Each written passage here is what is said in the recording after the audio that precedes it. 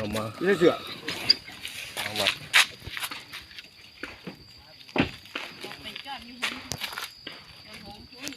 กระทมไอเชียนวัดเนี่ยวะโพนสีสว่างบ้านทาสร้างเมืองสบายไปไหว้เพื่อนอันนี้ตั้งแต่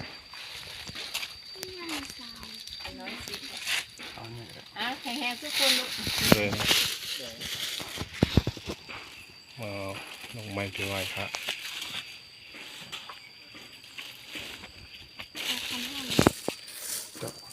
เท่าไหร่กันฮะอันนั้นแหละ115อัน2ม่อนเลยลูกเลยองค์นี้กับองค์ใหญ่ๆคุณเลยเอาทั้งคู่เลย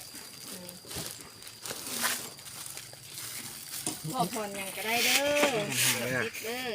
อ๋อรถจะได้ผ่อนไอ้เอาคุณบอกกินไหมเท่าไหร่โว้ยอัน10,000เอาเลยนะเด่นเอาเนี่ยได้ไหมเอาจะเอาไม่ดีเป็นเท่าไหร่ตัวนี้พร้อมแล้ว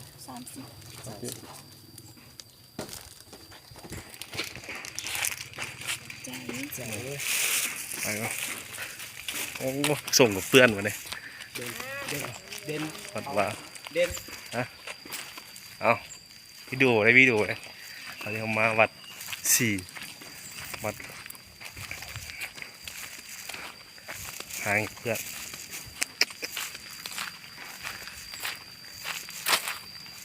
โอ้บ่ดีก็ได้มาเลยพี่น้องมีโอกาสได้มาวัดอย่างวัดอย่างพวกเขาบูละขอไหว้บูชากัน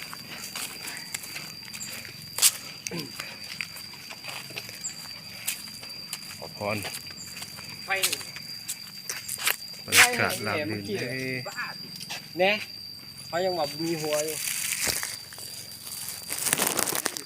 ดาวดีพี่น้องนะมันเราก็มา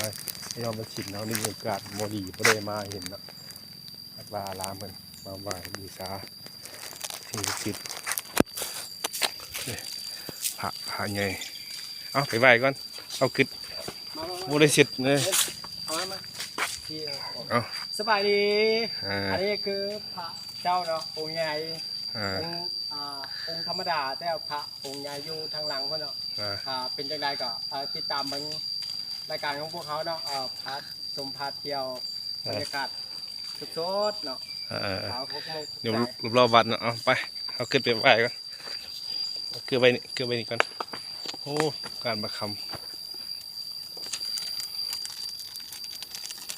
ตรงนี้ก็ได้บ้างไปก่อนไปก็เราจับให้เลยโอ้หมองก็ไปให้ได้มาเลยโอ้ดีบุญดีวอดได้คือได้มาเอาขึ้นไปก่อนชี้ไทยให้แล้วมาจับบีดูให้กลับ3 บาทก่อนกลับลง3 บาท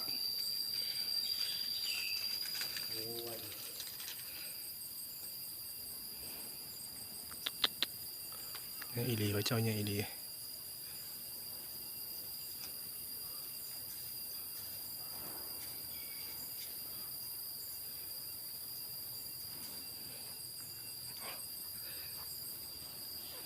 ข่าวรอดบัตรเถอะงามเลย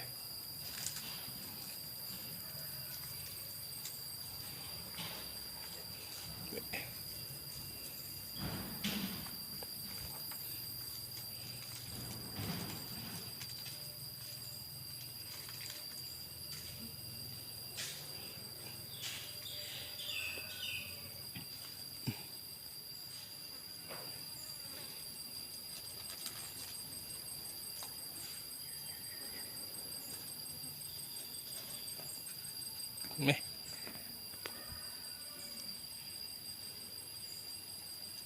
พระวัดนี้มีมาได้โดนแล้ววัดนี้นะมาได้กี้ตะกอนวัดเป็นมาได้กี้ตะกอนจะดึกดำบรรพ์พี่น้องเพิ่นสร้างพระองค์ใหญ่พระเจ้าองค์ใหญ่อันนี้พระเจ้าหาพระองค์มีหลายพระองค์เนาะ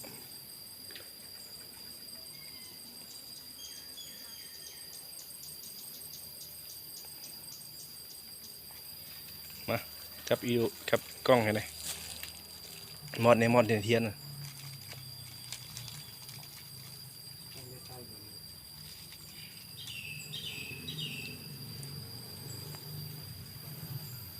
รอปัด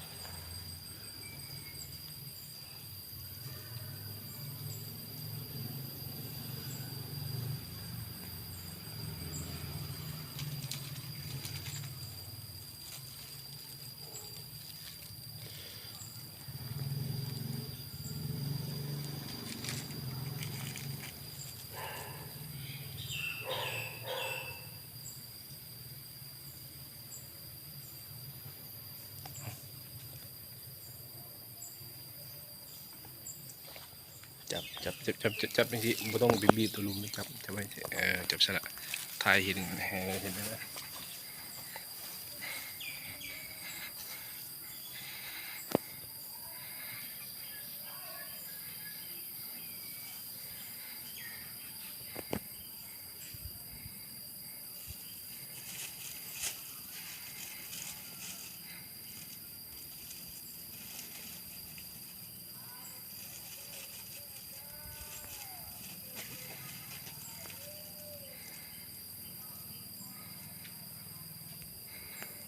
การกราบใบขอพรของหัวหน้าเด่นเพื่อนเนาะเอา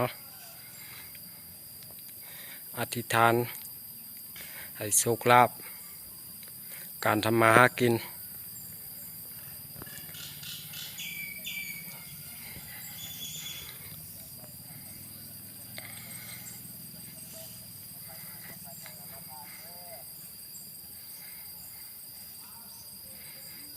บุญวาสนาที่ได้มาพบมาพ่อมาเห็นพระองค์ใหญ่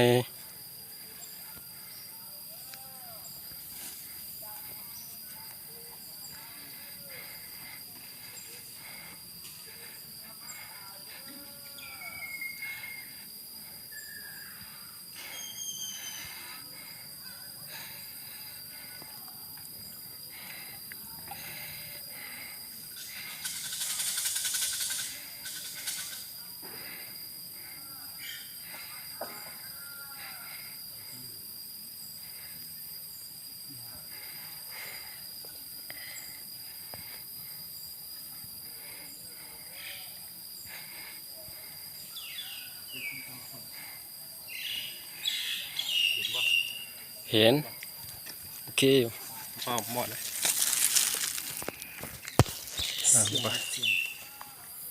ไปข้างหลังตัว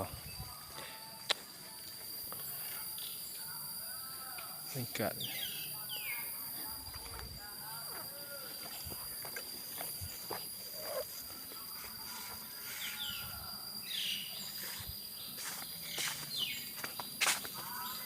มึงเริ่มเป็นใบถึงมึงอ่ะไม่มึงไหวเหรอโอ้เข้าไปในกล้องเลยไอ้เคนครับการรับรองบัตรพี่น้องวัดลมลื่นดีพี่น้องไปที่เคยมาบริเวณที่ถ่ายเบิ่งเนาะมีการลมเย็นดีพี่น้อง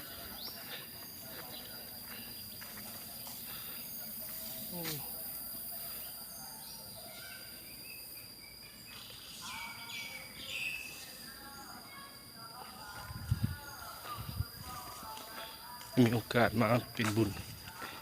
ที่ได้มา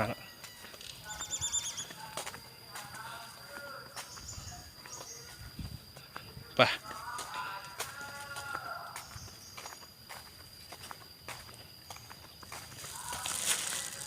หลวงปู่มั่นเนี่ยปู่เพิ่นนี่เลย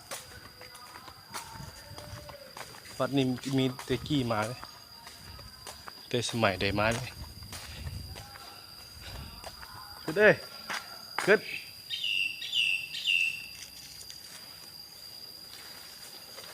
ห้องที่ไปที่ไปหาพระเจ้าองค์ใหญ่วันนี้พี่น้องหาพระเจ้าองค์ใหญ่ตั้งที่ย่างไป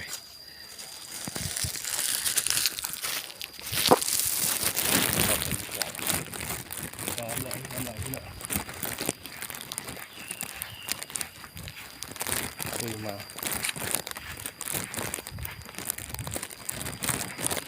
จานที่ได้เห็นแล้ว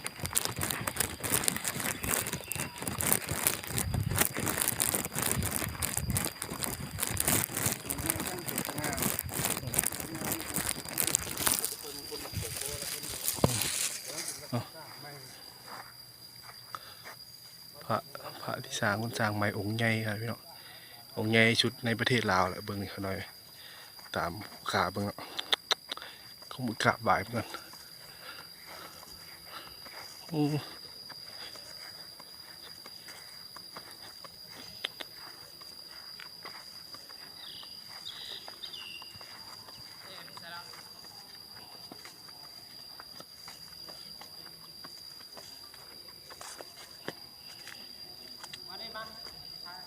อะ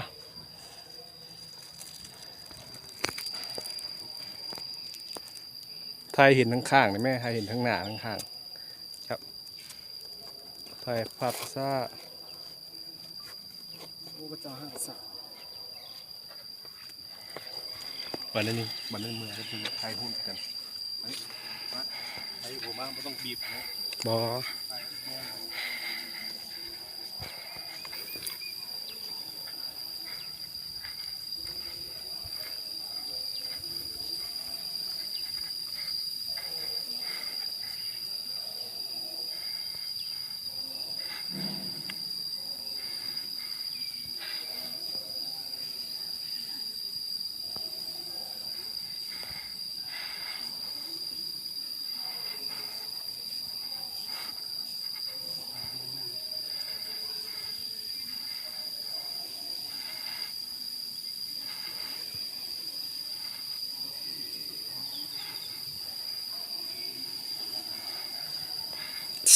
พระองค์นี้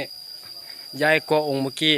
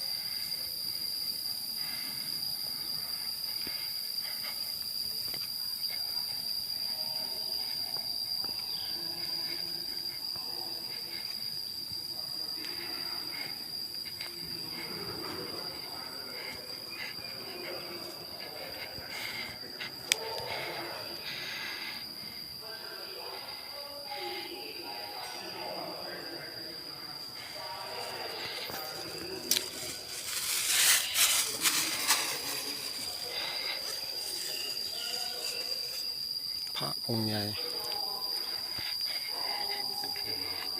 ขอพิธีตามเบางทั้งในเนาะ งามงามดีเนาะข้างในเพื่อนเนาะในกองพระงามดีพระจักรพรรดิทางนี้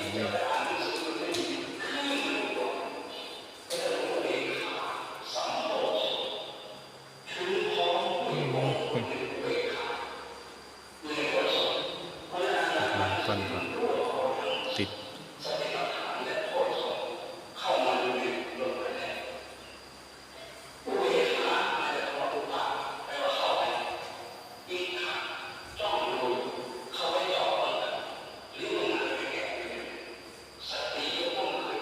งามลายงามลายอนุญาตขออนุญาตเด้อขออนุญาตถ่าย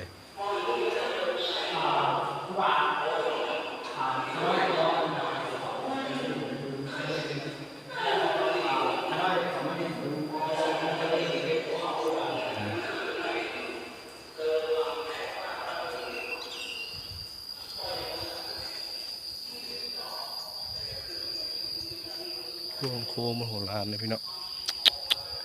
บรรยากาศที่ประเทศลาวเนาะพระใหญ่ที่สุดในประเทศลาว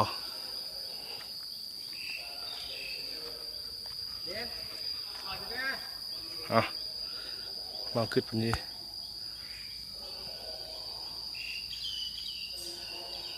คนไทย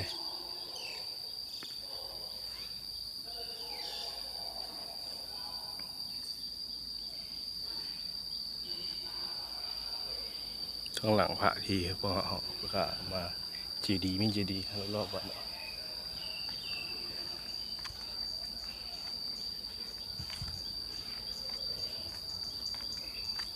โอ้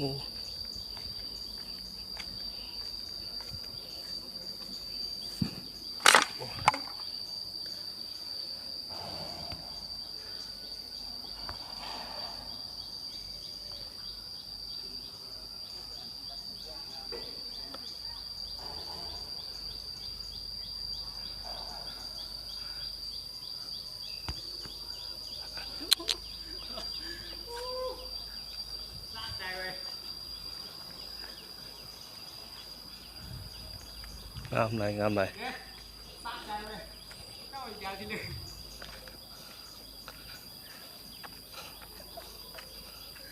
ไอ้เกณฑ์อย่างอ้อมเลยโอ้ยเคนสะใจเลยมีพาองค์ใหญ่ ภาพที่หน้าปูแดงที่บุเคยเห็นเนาะพระที่ว่า พาอ อง ค์ ค์ แร ใหญ่ ก ที่สุดในประเทศลาวเนาะชื่อว่าวัดแหละวัดอย่างว่าดานสร้างวะ ทาดานสร้าง ดานสร้างเนาะ อ่า โอ้